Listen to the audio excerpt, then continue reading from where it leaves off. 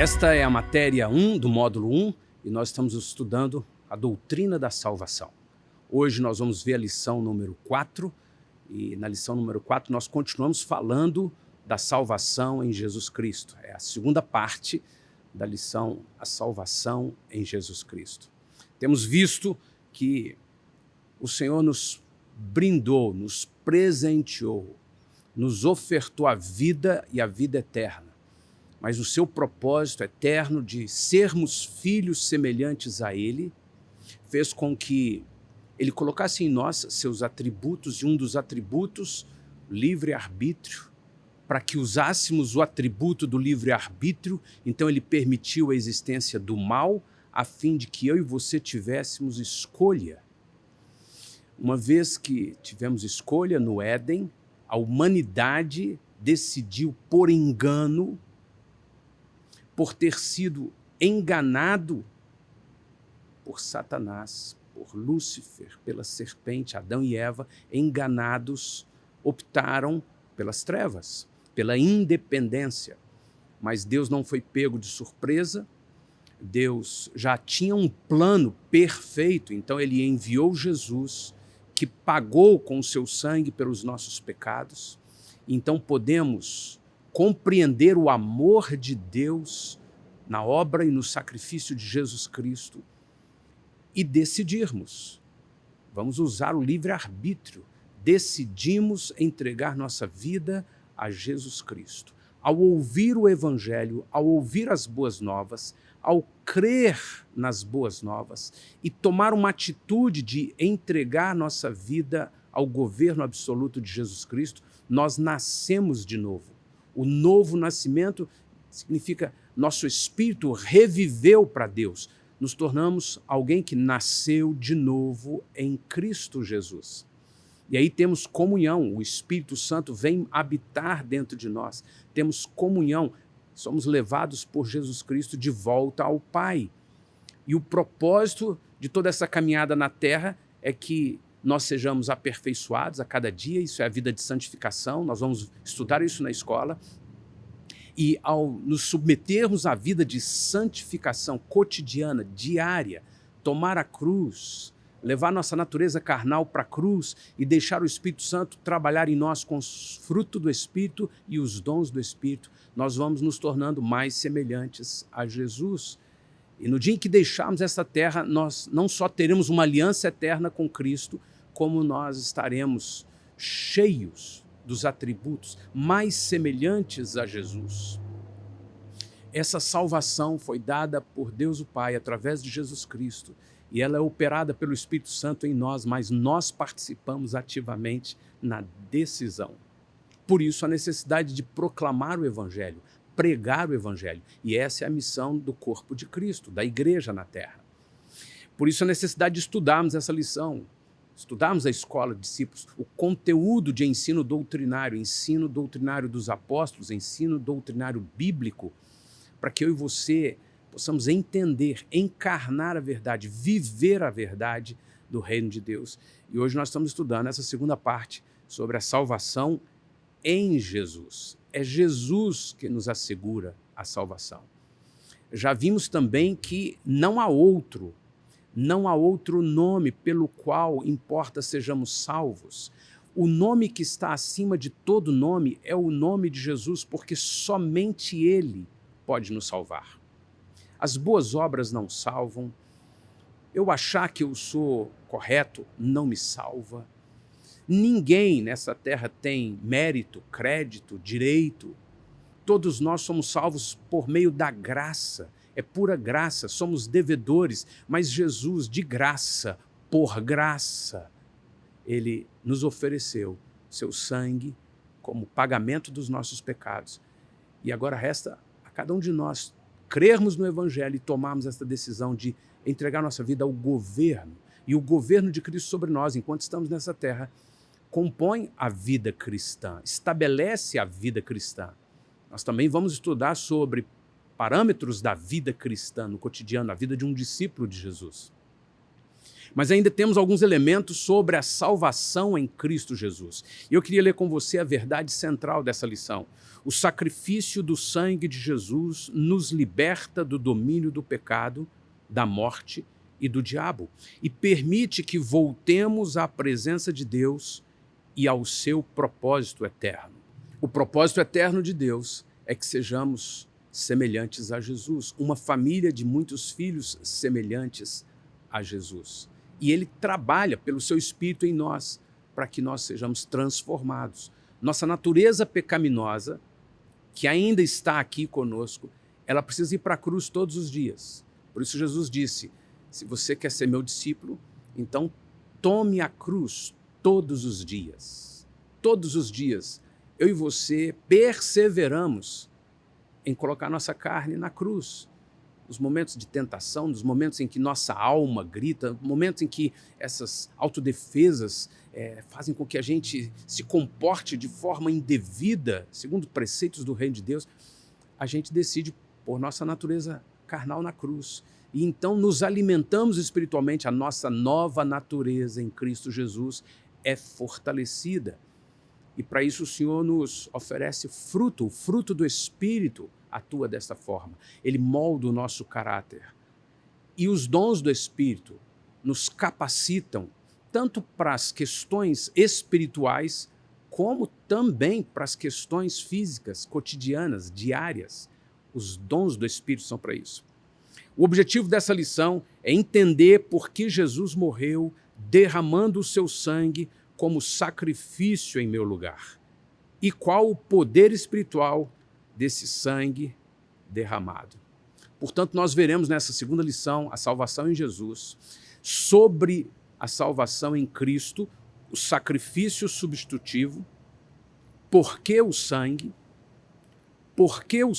de Jesus e o poder da ressurreição. O único caminho para voltarmos ao Pai é Jesus Cristo. Por isso ele mesmo declarou, deixou registrado nas Sagradas Escrituras, eu sou o caminho, a verdade e a vida. Ninguém vem ao Pai. Ele não disse ninguém vai ao Pai, porque ele e o Pai são um. A Trindade, Deus Pai, Deus Filho e Deus Espírito Santo. Então ele diz, ninguém vem ao Pai senão por mim, só por Jesus. Exatamente porque foi ele quem derramou o seu sangue.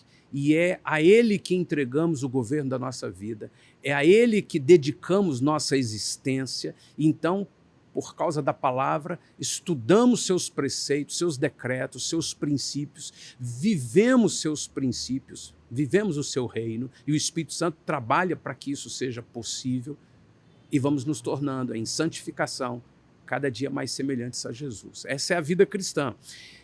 Isso não nos garante a salvação, isso é naturalmente fruto da salvação. Se nascemos de novo, o Espírito está em nós, o Espírito vai nos levar a uma vida de santificação. Se não temos essa vida de santificação, é possível que o Espírito não esteja em nós, que não tenhamos nascido de novo. Portanto, ser apenas frequentador, cristão nominal, não assegura nada a ninguém. Dar esmolas, fazer o bem, fazer caridade, não errar nunca, nada disso nos assegura salvação. O que nos assegura salvação é Jesus Cristo. Ele é o único que pode nos assegurar. E não porque um dia ele fez alguma coisa, mas porque além de um dia ele ter feito algo para isso, se entregou e derramou o seu sangue na cruz do Calvário, eu e você, conscientes, ouvindo essa mensagem, decidimos crer e decidimos entregar nossa vida a Ele. Vem um novo nascimento. Então o Espírito Santo começa a operar em nós. E a primeira etapa que eu quero compartilhar nessa lição é o sacrifício substitutivo. O que é o sacrifício substitutivo? Por que a Bíblia nos mostra a necessidade do sacrifício para o perdão dos pecados? Quando lemos em Gênesis, capítulo 3, verso 21, nós descobrimos algo assim muito, muito especial. Fez o Senhor Deus vestimenta de peles para Adão e sua mulher, e os vestiu. Essa é a primeira referência bíblica da morte de um animal. No Éden não havia morte, no Éden não havia pecado, mas uma vez que o pecado entrou, porque Adão e Eva legalizaram a proposta de Satanás através da serpente, a proposta de independência, o pecado é a separação nossa de Deus. Então, por causa do pecado, veio a morte. E a morte se instalou na natureza humana, a começar com esse animalzinho. Deus imolou um animal, derramou o sangue de um animal e com a pele daquele animal fez vestimentas para Adão e Eva. A pele do animal, o sacrifício do animal cobriu o pecado de Adão e Eva, a vergonha de Adão e Eva. Pode parecer só um detalhe, um processo necessário, mas Deus não faz nada que não seja absolutamente intencional, significativo, carregado de verdades bíblicas. Quando ele imolou um animal, derramou um sangue inocente do animal, ele pôde fazer uma vestimenta para Adão e Eva e cobrir a nudez. É um ato profético, é uma primeira referência sobre o sacrifício vicário, o sacrifício substitutivo. O animalzinho não tinha culpa alguma, mas ele precisou morrer e derramar o seu sangue para que algo bom viesse sobre Adão e Eva. Da mesma forma, séculos depois, Jesus Cristo, o Cordeiro de Deus, inocente, puro, sem pecado, também derramou o seu sangue.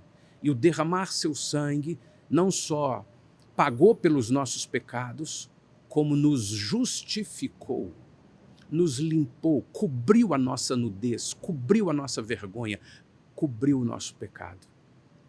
É uma beleza sem tamanho o texto sagrado, o plano eterno de Deus. Isso não foi uma providência improvisada que Deus teve que fazer, já que Adão pecou. Não, não. Deus já havia planejado, desde a fundação dos séculos, todo esse processo, para que eu e você pudéssemos ouvir do amor de Deus e decidir, eu não quero as trevas. Mais do que Adão e Eva, eu e você hoje, por causa da palavra, eu e você podemos decidir. Eu entendi da minha natureza, eu entendi da proposta de independência do maligno, eu entendi o pecado original que herdamos por causa do pecado de Adão e Eva. Eu entendi tudo isso, mas eu tomo uma decisão. Eu decido olhar para Cristo na cruz e contemplar o amor de Deus, o meu Pai, em me libertar da dívida, em me libertar do maligno e, por meio de Jesus Cristo, me levar de volta a Ele. O sangue do Cordeiro nos limpa, nos purifica do pecado e nos faz propícios, nos faz justos para que a gente possa voltar ao convívio. Por isso nascemos de novo, o nosso espírito recebe o Espírito de Deus, nosso corpo se torna templo do Espírito Santo. E ele fez isso de modo vicário, substitutivo. Uma vez que aquele animalzinho derramou o seu sangue, sua pele foi usada para cobrir a vergonha, Adão e Eva estavam, mesmo que de forma provisória, provisionados com salvação. Salvação da vergonha, salvação da nudez, salvação de tudo aquilo que haveria de acontecer de desdobramentos na terra por conta do pecado, por conta da morte. Mas era um ato profético também, e Jesus, na cruz do Calvário, consumou esse ato profético. Ele, de uma vez por todas, executou isso. Aí você entende por que o povo de Israel, em todo o Antigo Testamento, oferecia sacrifícios a Deus, imolando uma ovelha, um cordeiro, derramando o sangue justo de um animal em nosso lugar, cobrindo os nossos pecados. Era uma sequência de atos proféticos em favor de cada pessoa, em favor de cada geração. Hoje eu e você não precisamos mais derramar o sangue porque o Cordeiro fez isso uma vez por todas. Mas foi ele que fez isso no nosso lugar. O sacrifício substitutivo foi de Cristo. Eu não preciso subir as escadas de joelho. Eu não preciso pagar promessas. Eu não preciso ir para o purgatório. Eu não preciso vir sofrer mais uma vida. Jesus executou de uma vez por todas um ato vicário, um ato substitutivo. E no nosso lugar, ele sofreu o que nós precisávamos sofrer. Isso faz com que eu e você tenhamos mais entendimento do amor de Deus para conosco e tenhamos um motivo inquestionável de dedicar nossa vida a Jesus, não ao nosso trabalho. Dedicar nossa vida ao projeto eterno de Deus, não à nossa carreira. Dedicar nossa vida, nosso tempo, nossos recursos, nosso conhecimento para o reino de Deus, não para nós mesmos. A Bíblia já nos assegura, as demais coisas vos serão acrescentadas, por isso, buscar em primeiro lugar o reino de Deus e a sua justiça. É uma palavra, um decreto eterno de Deus. E eu e você, à medida que vamos ouvindo o Evangelho, estudando a doutrina bíblica, nós podemos decidir crer. E se ao crermos no Evangelho nós somos salvos, imagina que ao crermos em cada doutrina, em cada verdade que o Senhor nos expõe, nós somos salvos diariamente. Nós somos salvos no cotidiano. Nós crescemos, nós somos transformados, nos tornamos cada dia mais semelhantes a Jesus e essa é a salvação. Nós temos uma salvação imediata em que Jesus pagou pelos nossos pecados. E isso é consolidado quando eu entrego minha vida a Ele e tenho o novo nascimento. Mas isso se repete todos os dias, quando eu decido estudar a Bíblia e viver o que a Bíblia ensina e andar nos preceitos do Senhor, eu vou sendo transformado à imagem e semelhança de Cristo. E isso me salva cotidianamente, em todos os aspectos. A palavra do Senhor nos diz que, desde os primórdios da humanidade, parece-nos claro que Deus está nos mostrando a necessidade da morte, a fim de que, provisoriamente, o pecado pudesse ser coberto quando se achegasse a Deus. O sacrifício de animais já existia antes de Jesus. As religiões, os cultos pagãos, também usavam o sacrifício de animais. E até hoje, determinadas religiões insistem nisso, porque o maligno não consegue criar algo. O que está estabelecido por Deus na eternidade é a única coisa que existe. E está estabelecido por Deus na eternidade que o sangue é a vida. E o sangue derramado paga uma conta.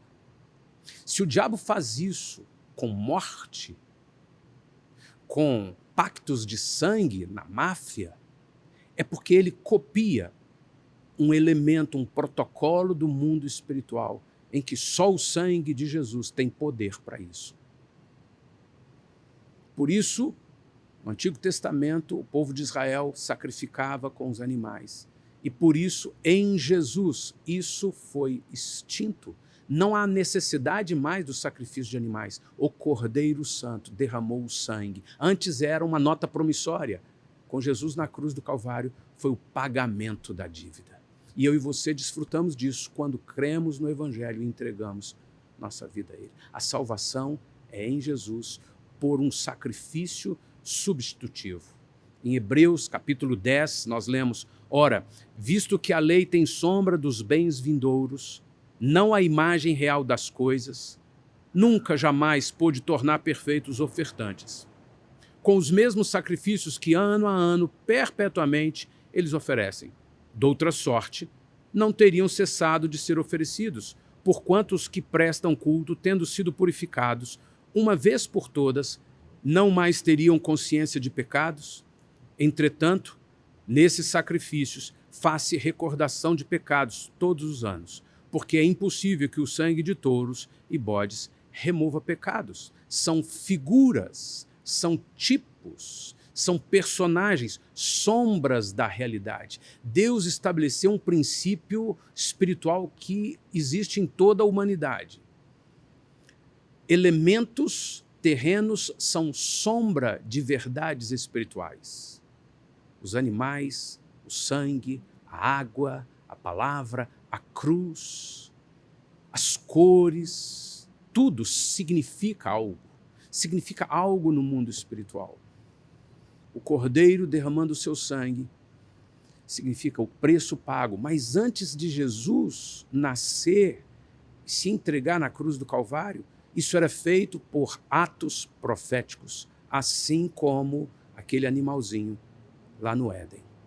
Hoje eu e você operamos isso por fé, não por atos proféticos, porque o sacrifício já foi consumado por Cristo Jesus na cruz do Calvário. Eu ainda posso ler com você Levítico capítulo 17, porque a vida da carne está no sangue. Eu vos tenho dado sobre o altar para fazer expiação pela vossa alma, porquanto é o sangue que fará expiação em virtude da vida. Portanto, o sangue de Jesus derramado significa sua vida entregue. Entregue no meu lugar e no seu lugar pelo pecado de toda a humanidade. Ele nos salvou. Jesus é o Salvador. A vida de todo ser vivente está no sangue. É por isso que Deus mandou que o sangue dos animais oferecidos como sacrifício fosse derramado no altar, a fim de conseguir perdão dos pecados do povo. Pois é o sangue, a vida, que tira os pecados.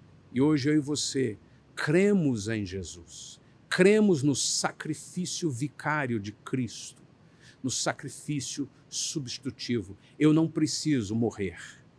Eu não vou morrer. Embora o meu corpo chegue ao fim, eu viverei eternamente. E viverei eternamente significa estarei na luz, estarei com Deus, estarei por toda a eternidade numa aliança eterna com Jesus Cristo. Salvação vem por um sacrifício substitutivo que Jesus executou na cruz do Calvário. Por que o sangue de Jesus? Leia comigo em Hebreus. Quando, porém, veio Cristo, como sumo sacerdote dos bens já realizados, mediante o maior e mais perfeito tabernáculo, não feito por mãos, quer dizer, não desta criação, não por meio de sangue de bodes e de bezerros, mas pelo seu próprio sangue, entrou no Santo dos Santos, uma vez por todas, tendo obtido eterna redenção.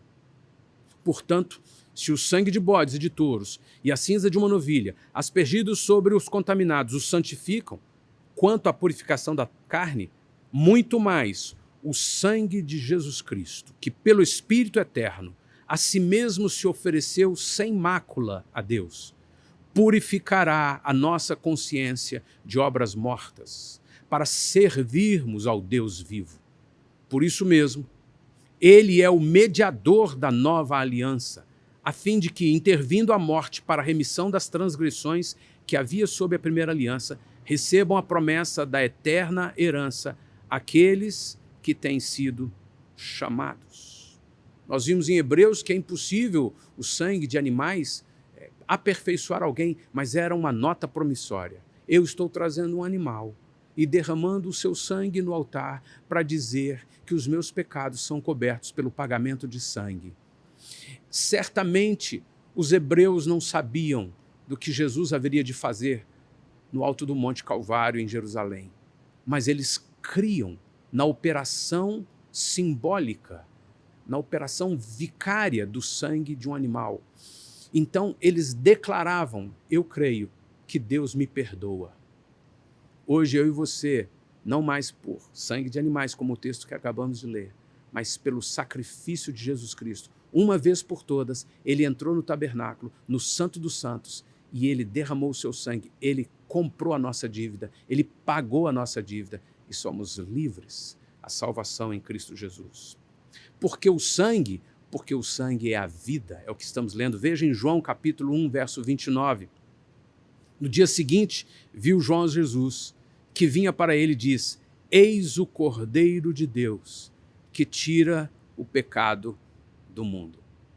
João Batista, instruído no texto sagrado, que para nós é o Antigo Testamento, era o texto, os escritos, os manuscritos dos apóstolos, dos profetas, melhor dizendo.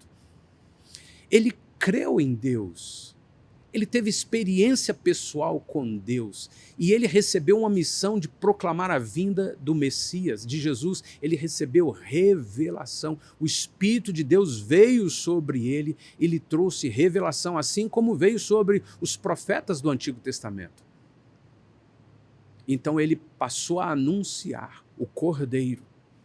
Eis o Cordeiro de Deus que tira o pecado do mundo. O animal imolado, o animal inocente imolado por todo o Antigo Testamento, como símbolo, agora era Jesus, o verdadeiro Cordeiro de Deus, que derramou o seu sangue no meu e no seu lugar. O sangue é a vida, e o sangue de um ser humano, o outro Adão, Jesus. Nós vamos estudar com mais profundidade sobre isso, mas é importante você entender, por meio de Adão, um único homem, o pecado e a morte entraram e alcançaram toda a humanidade. Por meio de um outro homem, um segundo Adão, Jesus, a vida entrou para toda a humanidade. O resgate, a salvação, a libertação, a transformação.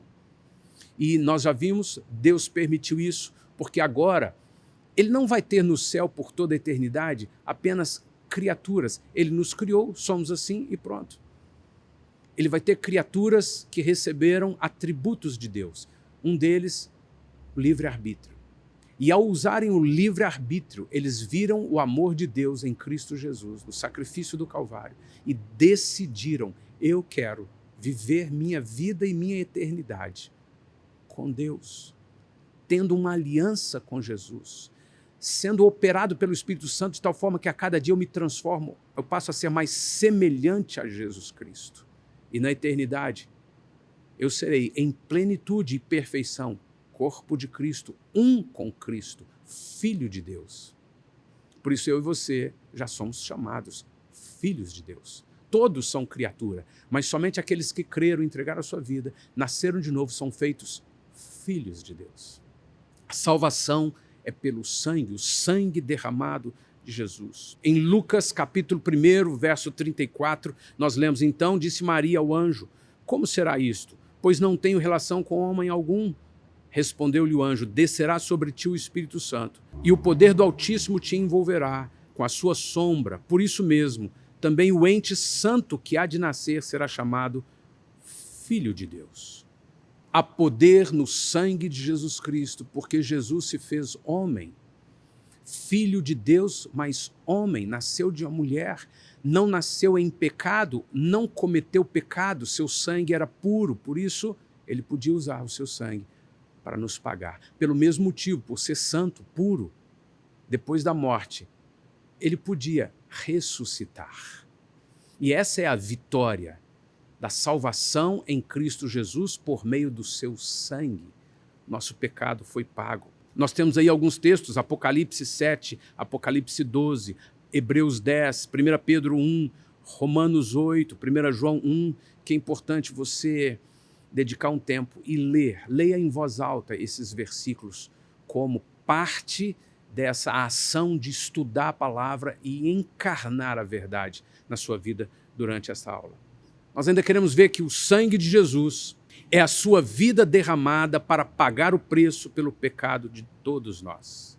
O sangue de Jesus é um elemento da graça de Deus, permite-nos voltar à presença do Senhor e ao seu propósito eterno, pois nos tornamos libertos da condenação. O sangue de Jesus é a prova da sua morte e a garantia legal de nossa redenção, de nosso resgate. O sangue de Jesus é uma evidência da graça que nos livra da condenação e da acusação maligna. Essa graça nos liberta e resgata do domínio do pecado, da morte, do diabo. É a legalidade da nossa libertação, da nossa cura integral.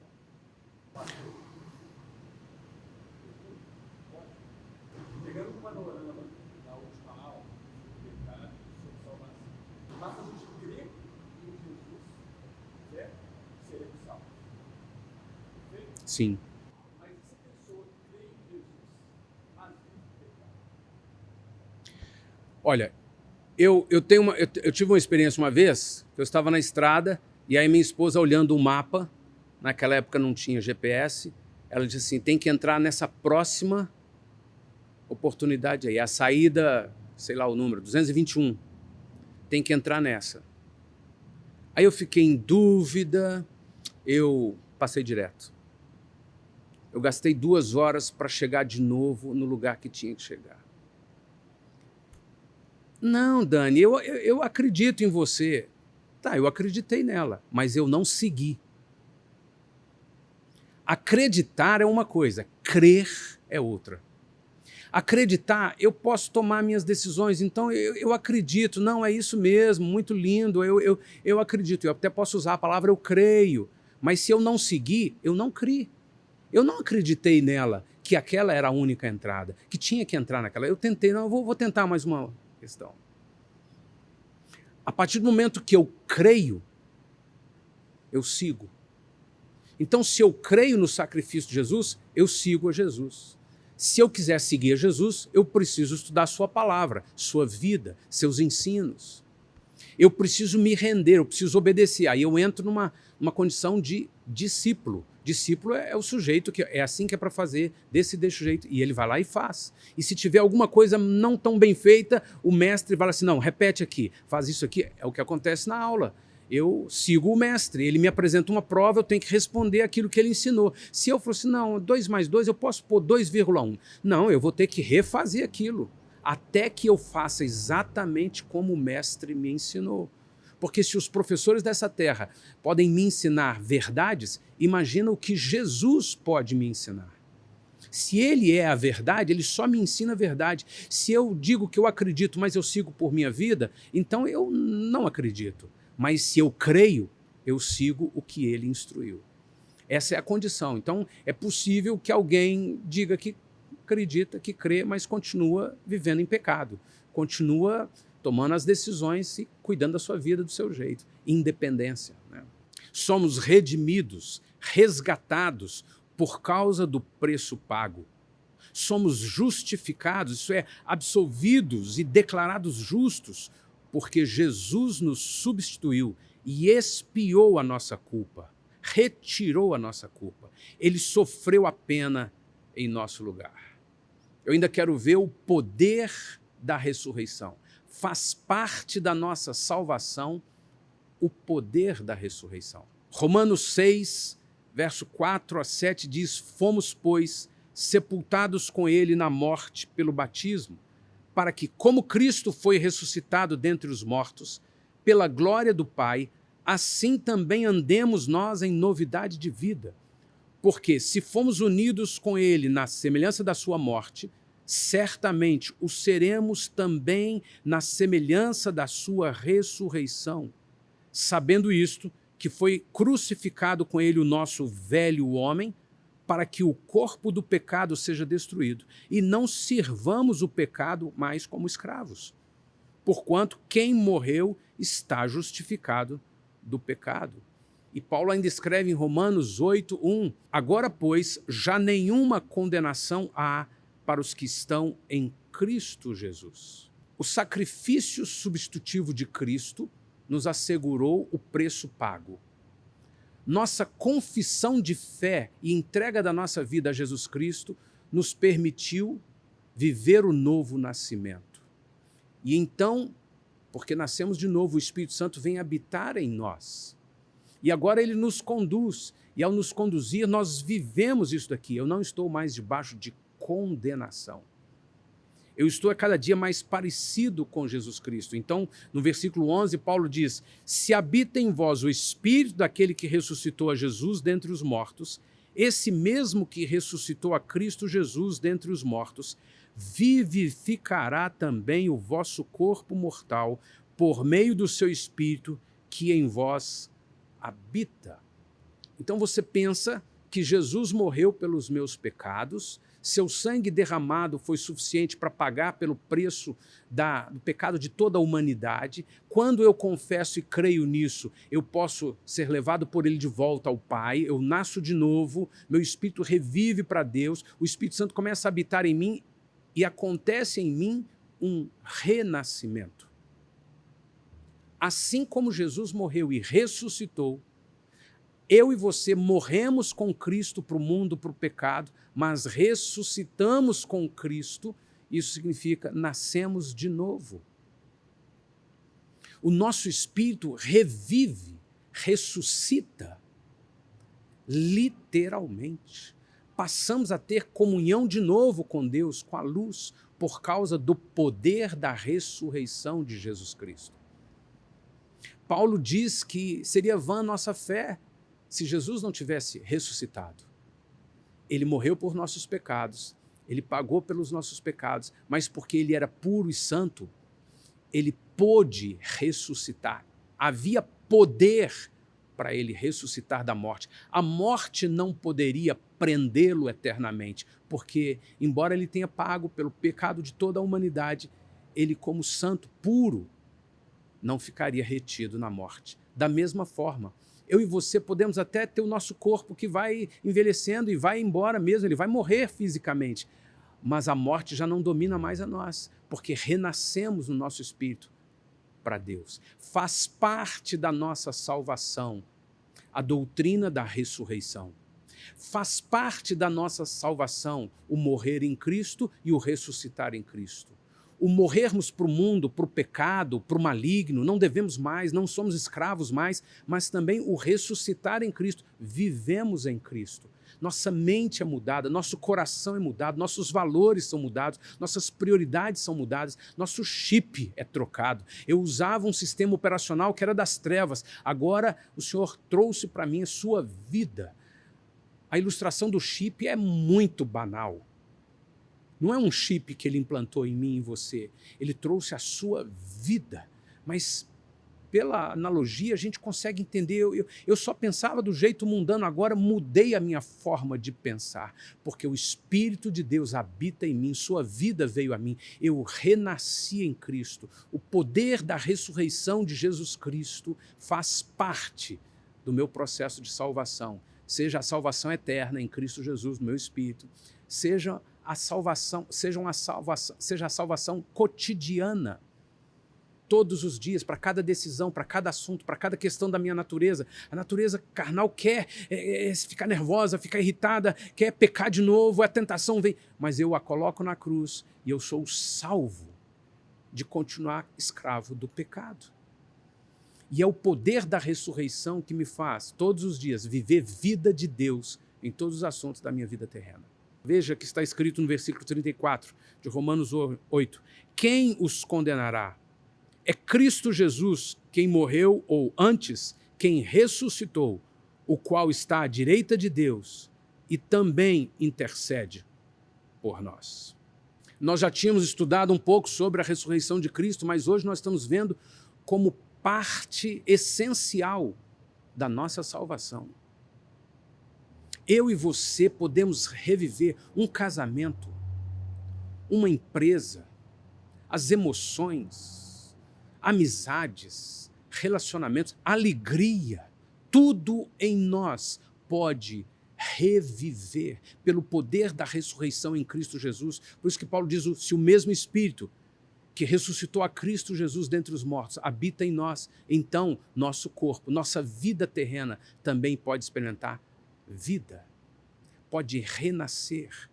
Crer nessa verdade nos faz reviver a vida de Deus no cotidiano, nos faz encarnar a palavra e experimentá-la com vitória todos os dias, em todas as coisas. É o poder da ressurreição. Assim como o fato de Cristo ter ressurreto dentre os mortos, ele tinha poder para nos levar de volta à vida com ele, de volta ao Pai. Eu e você, por causa do Espírito Santo que habita em nós, podemos viver vida em todos os assuntos, em todas as áreas. Restauração em casa, família, brigas, problemas, nada disso que pertence à morte tem mais poder sobre nós. Nós podemos experimentar Deus restaurando coisas que para os homens são impossíveis. Isso é salvação. Nós vimos já vários tópicos de salvação. Nós não vamos parar de ver sobre a salvação porque inúmeros outros elementos da vida cristã nos fazem o tempo todo mergulhar na salvação em Cristo Jesus. Então nós vamos estudar mais sobre isso. Alguns textos que eu quero deixar aqui para vocês, 1 Coríntios 6, 1 Coríntios 15, Atos 2, 2 Timóteo 2, 1 Pedro 1, leia esses textos, leia esses versículos, leia em voz alta. Não deixe de, em cada lição, ler todo o texto da apostila. Eu não leio todo o texto aqui na aula em vídeo. Vai ser importantíssimo você ler algumas coisas que eu falei de outro modo, ou você ler algumas coisas que estavam na tela, mas que vão ficar marcadas na sua memória, vão ser encarnadas na sua vida.